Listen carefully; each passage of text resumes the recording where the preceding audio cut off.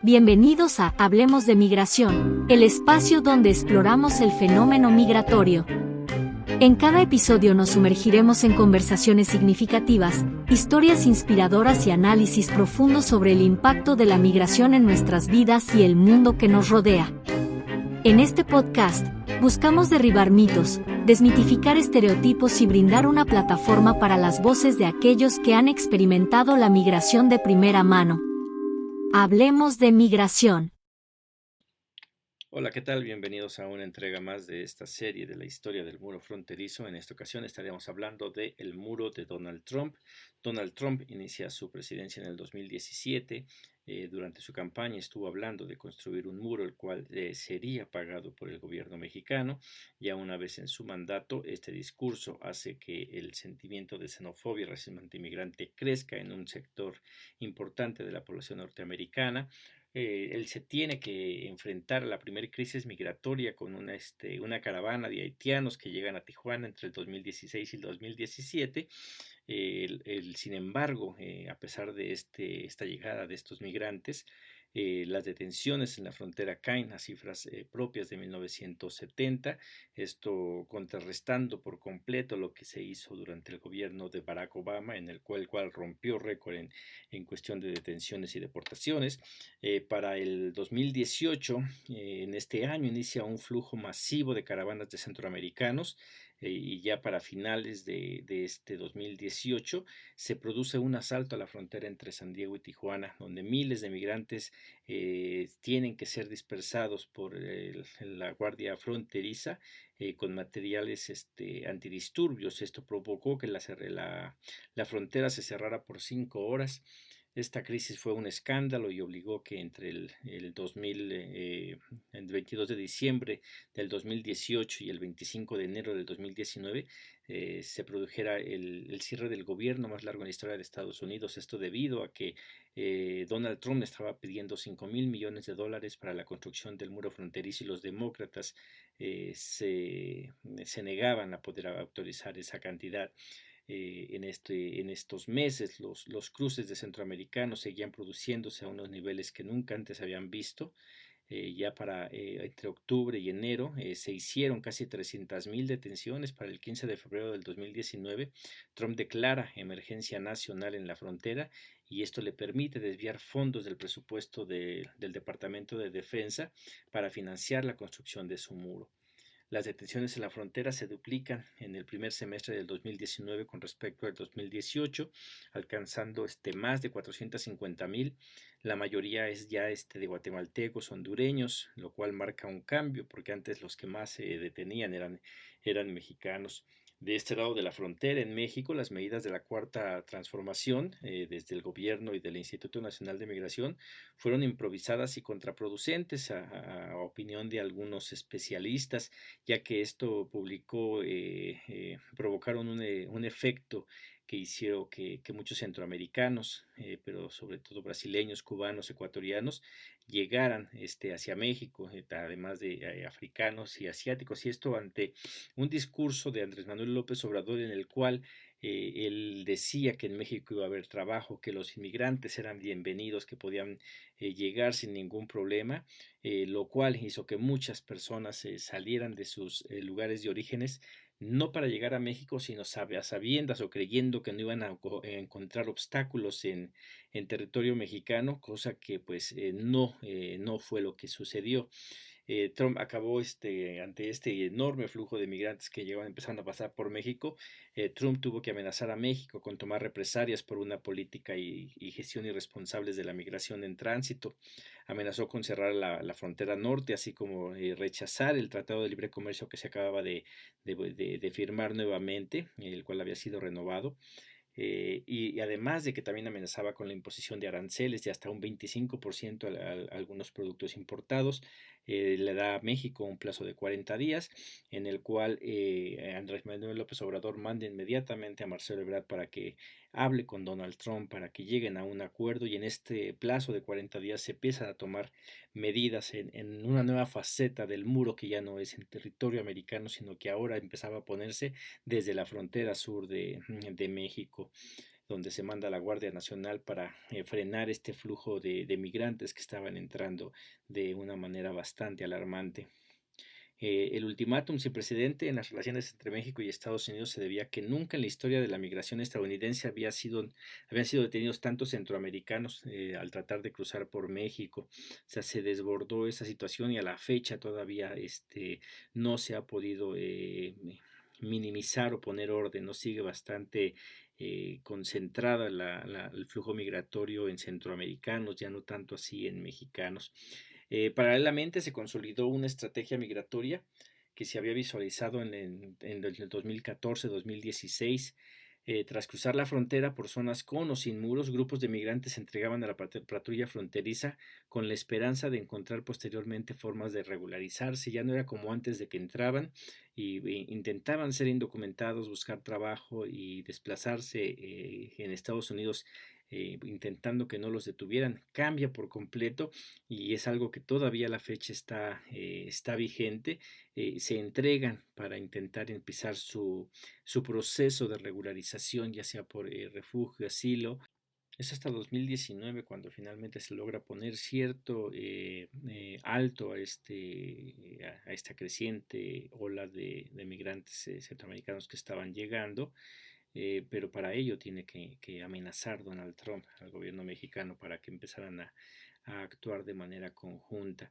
Al terminar el año fiscal de 2019 se estableció un récord excepcional y probablemente irrepetible cuando la patrulla fronteriza realizó un total de 851.508 detenciones, mayoritariamente de centroamericanos. De ellas, 166.458 fueron de mexicanos. Por primera vez, los mexicanos ocupan un porcentaje muy bajo de detenciones y de personas que intentan cruzar hacia Estados Unidos. El 80.4% eran de cualquier otra nacionalidad. De estos últimos, de este 80%, el 75% procedía de Guatemala y Honduras. Los sectores de la patrulla fronteriza donde se realizó el mayor número de detenciones de centroamericanos fue el Río Grande, con 309.295 detenciones, y El Paso con 166.940.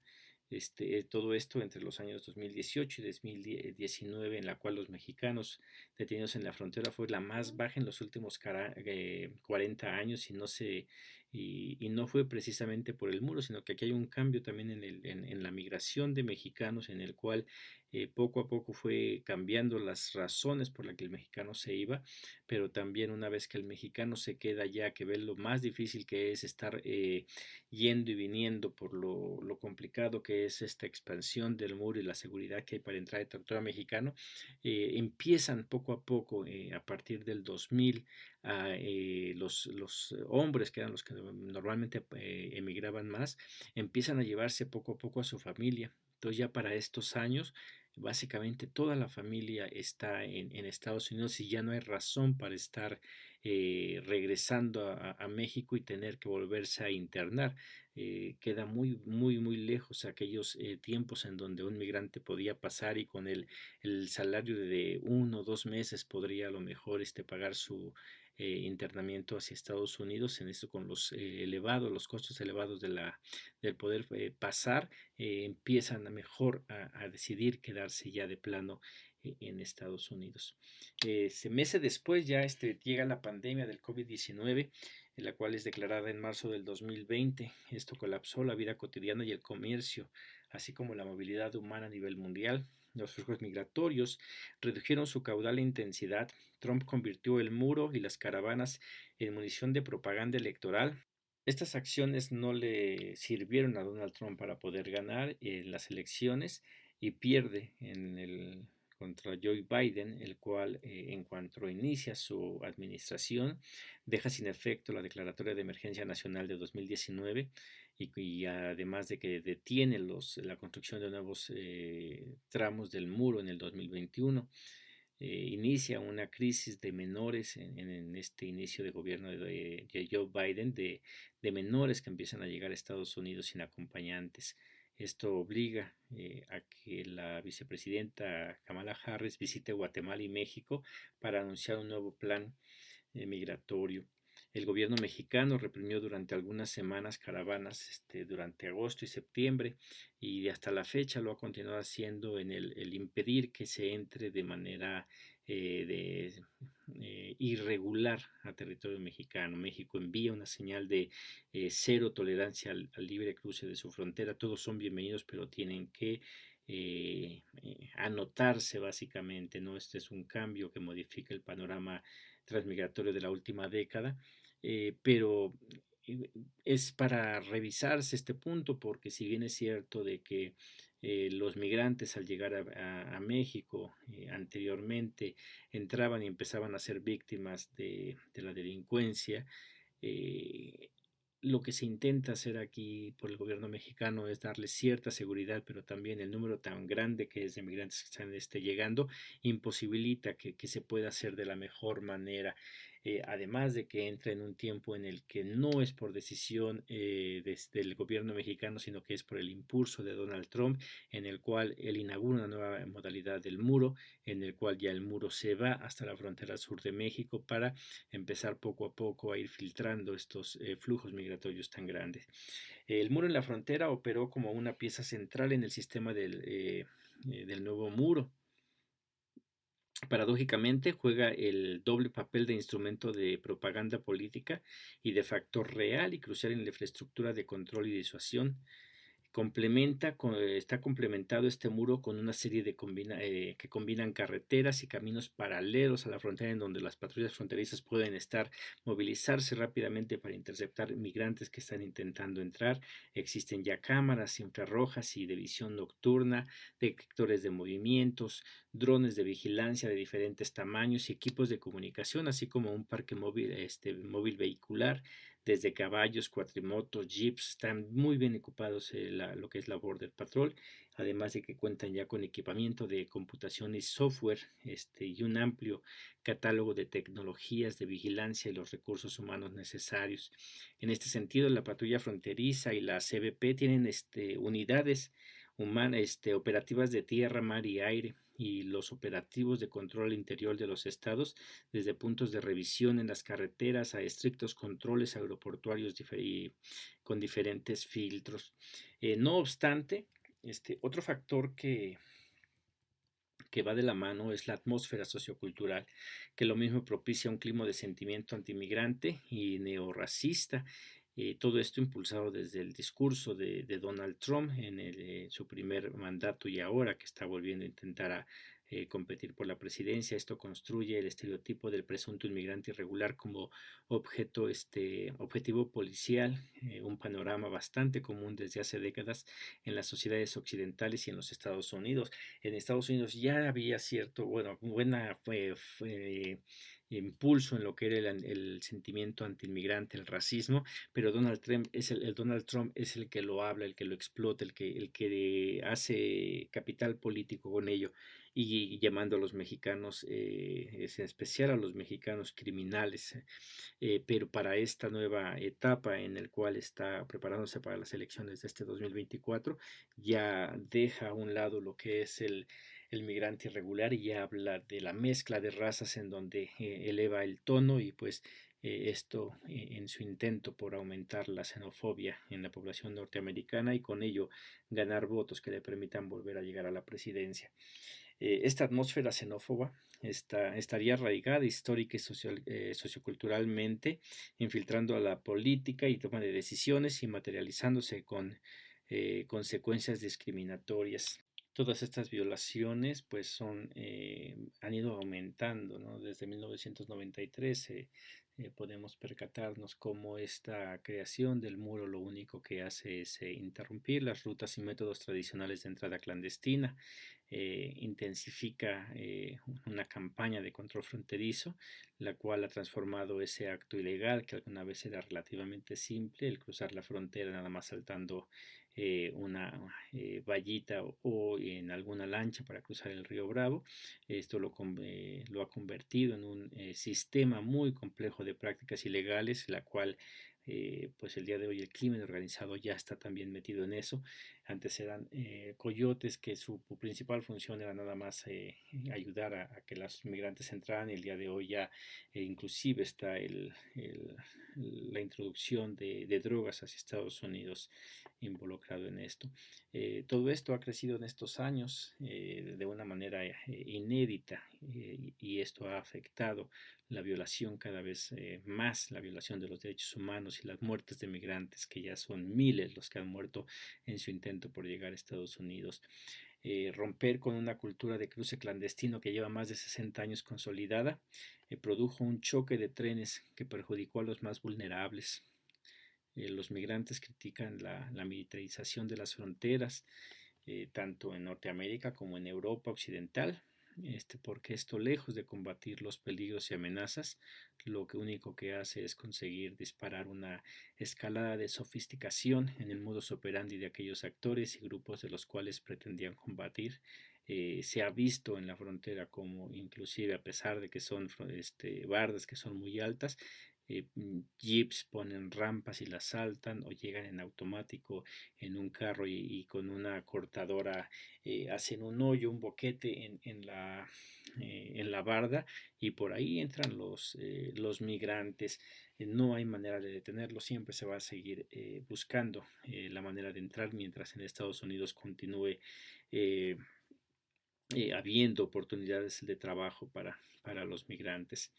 Las tres guerras de la frontera, lo que son las drogas, la migración y la seguridad nacional, crean una sinergia contraproducente. El control de la inmigración en las fronteras de los Estados Unidos ha fracasado como estrategia al ser la respuesta política a una percepción problemática de la amenaza de la migración latina en Estados Unidos. Con una imagen y narrativa sesgada que promovieron burócratas, políticos y expertos.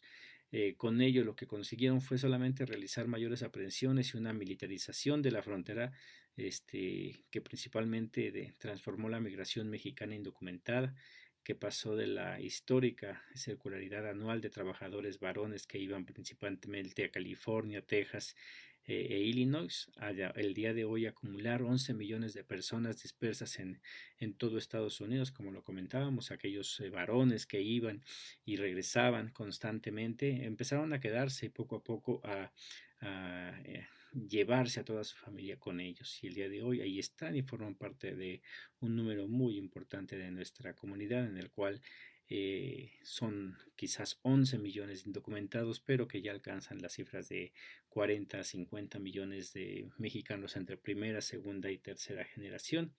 Otro de los factores que han sido contraproducentes ha sido la también alta tasa de personas que han sido secuestradas y que son obligadas a lo que es la trata de blancas, tanto mujeres adultas como menores que llegan no acompañados a territorio mexicano, pero también los hombres, ¿no?, que han sido reclutados por los carteles de la droga, en el cual estos, por temor a perder su vida, pues tienen que unirse a estos cárteles, de los cuales tienen toda la información de dónde vienen, hacia dónde iban, y amenazan con matar a sus familias si no se unen a ellos. En este sentido, la violencia en los municipios de origen, como el riesgo de violencia durante la movilidad migratoria, generalmente vinculada al narco, son los factores más fuertes que potencializan la capacidad de control agresivo en la frontera. En resumen, para el 2019, el muro de la frontera con México ya tenía 654 millas sobre un total de 1954. El discurso oficial estadounidense con Trump defendía los muros. Él decía que funcionaban. Sin embargo, durante la administración de Obama, al final de su mandato, apuntaba que decía textualmente: estamos decididos a tratar a los migrantes de manera humana, y los muros por sí solos no pueden prevenir la migración ilegal. En última instancia, la solución es una inversión a largo plazo en Centroamérica para abordar los factores de empuje subyacentes en la región. Todos esperaban que Joe Biden retomara estas políticas al llegar a la presidencia, sin embargo no lo hizo, y finalmente tenemos que llegar ante una realidad en la que, si bien el muro fue construido para evitar que los mexicanos ingresaran a territorio norteamericano en busca de trabajo, a partir del 2014 esta realidad ha cambiado. Cada vez son más los centroamericanos, niños que llegan sin acompañamiento, que están llegando a la frontera norte de México y se están entregando a la patrulla fronteriza para poder iniciar su solicitud de asilo y obtener refugio de Estados Unidos, en el cual ha cambiado esta manera de intentar llegar a Estados Unidos, donde se buscaba antes llegar por trabajo y el día de hoy se busca el asilo, no así el trabajo. Y esto nos pone a una pregunta que tendrá que responder ya sea Biden o Trump, quien gane las elecciones en noviembre del 2024, el de qué sirven los muros si la nueva estrategia pone énfasis en cruzar la frontera, entregarse inmediatamente a la patrulla fronteriza y buscar la regularización como refugiado o asilado. Bueno, hasta aquí el día de hoy. Los espero la próxima semana para continuar con este tema de la historia del muro fronterizo. Muchas gracias por su atención y nos vemos la próxima.